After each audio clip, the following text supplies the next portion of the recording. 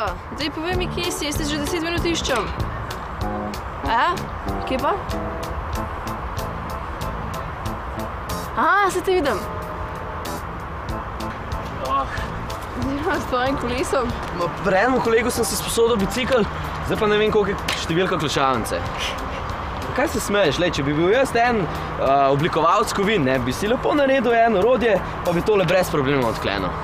Če bi bil, pa pač nisi. Dej, greva mi dva damo, kako? A greva.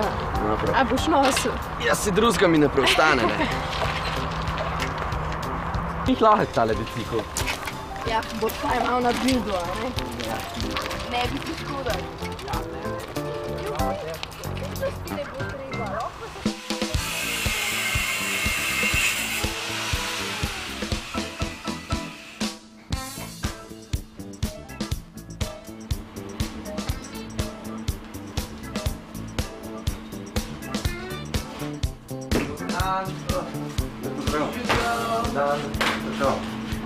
Mira.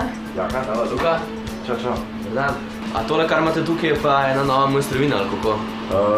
Ja, to je pa ena študija, ki sem jo začel delati že kakšen let nazaj. Pa se jo lotim tako v vsake kvatre malo, kada imam čas v bistvu za tega, ker je rekel, da je dosti zakompliciran projekt.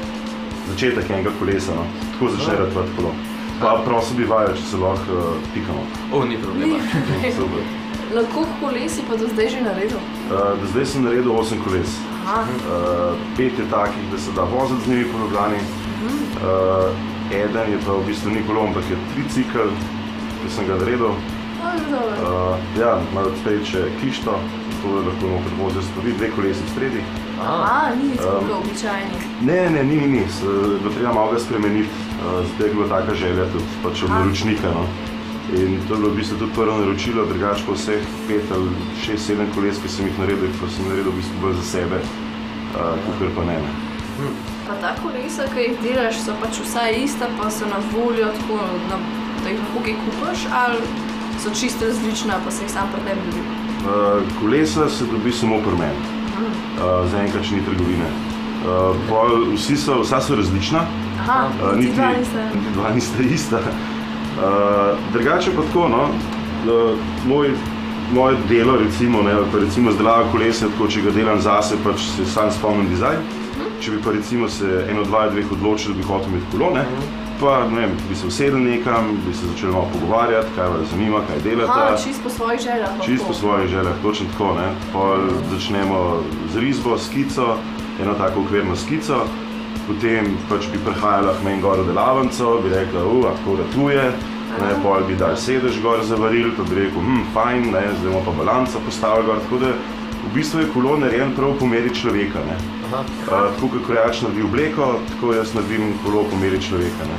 A pa si že kdaj razmišljal, da bi probal narediti še kaj unikatnega, kaj je večje kot kolo? Neke ideje so bile v motorjih, ampak zato rabiš me toliko žnarja, kot ga imam jaz.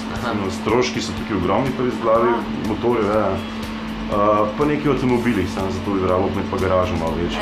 Prostor je, problem je prostor. Eno vprašanje, kako si pa začel to? Zakaj si se sploh podal v to, da delaš ta kolesa? Preveč sem televizijo gledal. Ja, tako. Na tem programu Discovery Channel je ena oddaja, ki dela te unikatne Harley Davidsone, ne? No in pol, ko sem jaz ugotovil, da pač so tukaj določeni stroški, sem rekel, zakaj pa ne kolo. In sem v bistvu potem se bolj specializiral na kolesa in pol na koncu sem ugotovil, da v bistvu izdelava koles mi da več užitka, kot recimo, če bi se lotil motorjev.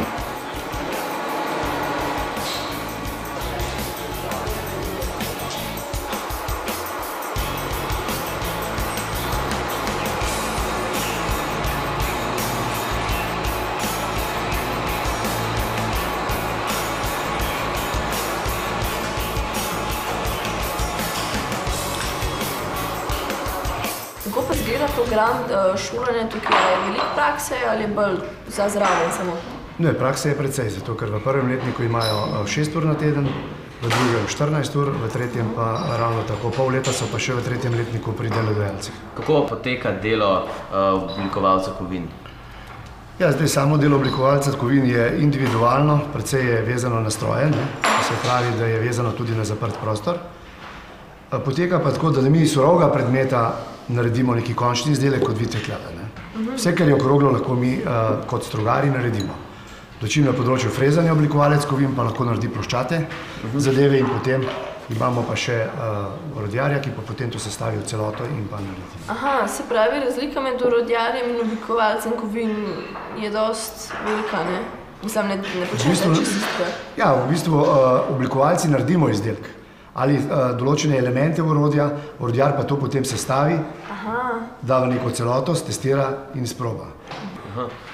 Kakšne so pa veščine, ki so potrebne za tazga delavca, recimo? Za orodjarja ali pa za oblikovalce? Veščina, ki je potrebna, da mora biti natančen, umirjen. Ne sme preveč hiteti od začetka, ko se uči, ker najprej treba graditi na kvaliteti, na kvantiteti pa pozneje. Z delom se potem pride do kvalitete. Pa jim ta šola pač nudi vso izobrazbo, ki jo rabijo, ali je potrebno pol še kakšno dodatno izobraževanje? Ja, to je tako. Ta industrija pa tehnologija tako napreduje, da moramo skozi obnavljati, skozi se moramo učiti.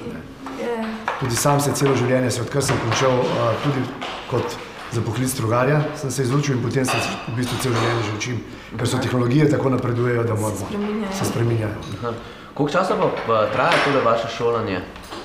Za oblikovalca 3 leta, potem imajo pa še možnost napredovanja na diferencialnem programu 3+2, tako imenovani, za strojnega tehnika in vertikala mu je odprta do visoko strokovnega šolja ali pa univerzitete.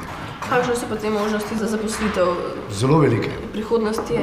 Tega poklica primanjkuje. Zaposlitev je optimalna, da se zelo lepo zaposliti.